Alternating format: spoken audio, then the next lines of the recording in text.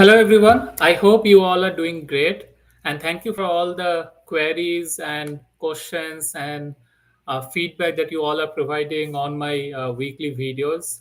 So, I wanted to answer a few of them before I move on to today's topic. And today's topic that I actually selected was from one of the query that I had in my last week's video. So, thank you for that. So, the first thing is few folks, right, who reached out to me for asking the map editor software so that they can install it in their local and start practicing it. I have asked them to share the email address so that I can share them. Okay, and then so feel free to give me your email address on the reply button. The second thing is there was one feedback that, sir, can you please upload maybe 2 to 3 videos in a week rather than a single video at the end of the week? That's a great suggestion. That was always my intention, and I hope that based on my work schedule, right, I should be able to like squeeze in some time during the week to also maybe create bite-sized small videos based on my bandwidth, and I hope to do that right at some point. So thank you for that. The third thing that is actually today's topic is one of my channel's subscriber. Okay, he asked, said, based on this video, right, that you are showing how to install map editor and how to start creating a map, and you were talking about different kind of rules. Can you explain what is the difference between a standard rule and an extended rule, right? So I thought maybe in today's video, I'm going to just quickly touch base on that to see if I'm able to address that question. So let me share my screen.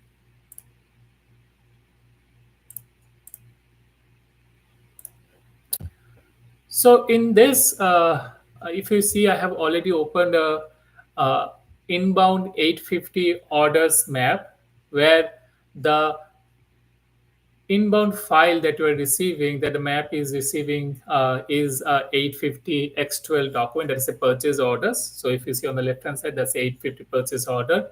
And then on the right hand side, if you are familiar with SAP system and you have worked or you have experience of heard about it, typically SAP system accepts IDOC documents or intermediate document. We call it in full form. So it's a order 05 IDOC document. So this map is actually converting the EDI document to IDOC format, right? Now, you see there are typically four types of rules, right, in Sterling Integrator. So the first rule is session rules, right? That if you see over here on the top, there is a button right over here which talks about, let me quickly see that one. Let's see. Just a moment. Yep. So there you go. So this is the first type of rule that you have where you define different kind of variables, right? And you initialize them. So in the like when the map uh, gets executed, these are the rules that gets executed at the very first, right? From the left hand side, first it goes into the pre-session rules, right? It executes all of them, and then it moves to the left hand side of the map, okay, and starts passing it. So pre-session rules is where you declare all your variables and initialize them that are universal to this map and that can be used anywhere in this map, right? That's why these are universal variables, so you need that for initializing. There's one more type of rules as post session that gets executed after the execution of the map, the entire map, right? So typically we see like most of the cases, okay, usually use the pre-session rules, right? And there are very few use cases where you need to then further, right, reinitialize and like create different other variables or maybe so those like very rare cases I've seen like we have used post-session rules. So just focus on the pre-session rules within that. Now the second type of rule is standard rule, right? Now standard rule is something, think about it in a way that if there are very simple requirements, right, in the mapping requirement specification, right? Now let me open a mapping requirement specification for this session. So this is a typical mapping requirement specification that you receive as a map developer, which basically talks about, like if you see here on the left hand side you have the source, right? On the right hand side you have the target format. Now on the left hand side in the source format, it basically talks about the source records, and on the right hand side those are the destination records.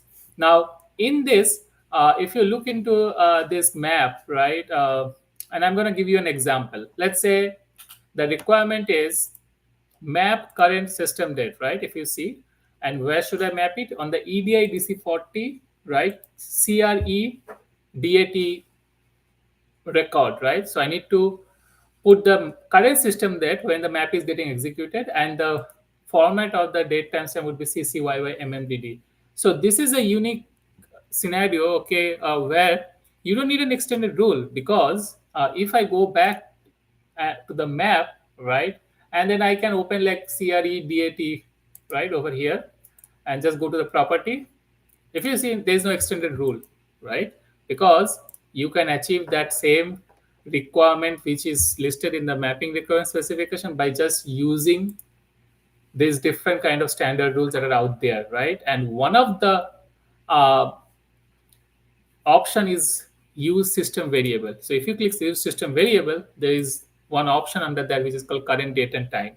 Now there might be scenario where it may ask, right, in here, like if I go back to this map, it says on the E2 EDK 01005 MNDT record, select from process data. So process data is basically the runtime information within the business process, and there is a specific information within the process data which is called client num. You need to retrieve the information from that process data at runtime, and then populate this mandatory MNDT segment with that value. Now that value is not in the input file, right? So you're not going to get it in the input file, but you need to extract that information from the procedure runtime. In this scenario, I can use a standard rule, and if you see over here, there's an option called select, right? If I select, use the select standard rule, in here there is an option which is called process data, right?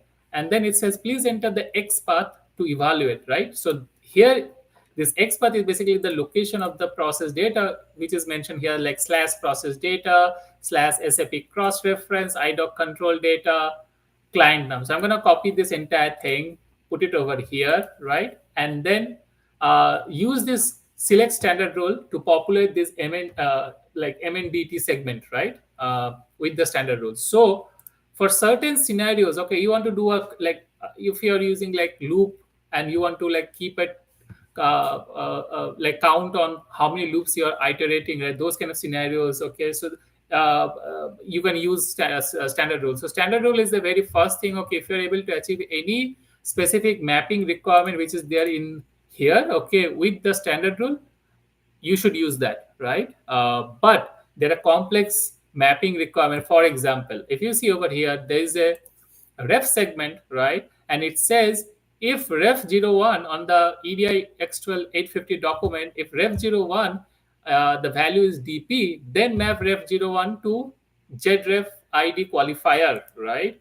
If ref01 is equal to DP, then map ref02 to. So, and if you see there are multiple, like ref01, it can be DP, it can be PD, right? It can be MR. So there might be different ref segments with different values, and you need to populate accordingly a corresponding target record. In these if-else statements, you cannot achieve that by using a standard rule. There is no way you can code that if-else statement. In those scenarios, you definitely need to use an extended rule where you can either hard code, like if there's any hard coding requirement, but if there is any specific if else statements, you can use extended rule for those kind of scenarios, like just like one that I've given example. So you can write complex logic, right, in the extended rule. So I hope that was useful, right? Like so just to like long story short, right? So standard rules are for very specific use, like mapping rules, and those are very standard, right? Like okay, the current date time, or maybe just as I showed you, like the retrieving value from process data, maybe keeping a counter of the how many loop you're iterating, right? All that. So those kind of scenarios. But if there's any complex logic like if else statement, right, and all those kind of scenarios, okay, you would be able to like look into the mapping requirement specification and understand that there is no way I can achieve this requirement by using standard rule, and I have to rely on extended rule, right? In extended rules you can do everything that you can do in standard rule as well, but typically we don't do that heavy lifting by always using extended rule. If there is anything that can be achieved by standard rule, let's use that, right? And then the rest of the complex logic we will use extended rule to do that. So that is the difference between standard rule and extended rule. As a mapper, okay, you should be able to then grasp, okay, if this is the need, okay, then is there any standard rule or not? If not, okay, then the next and the only way that you can do that mapping is use extended rule, right? So I think I was able to answer this. Please let me know if still there is any question around that. Then I'll be able to then cover that in my next session. Yeah, I think that's all. It was a very short one. I hope it was useful, and I hope to see you next week. Thank you, and have a nice weekend.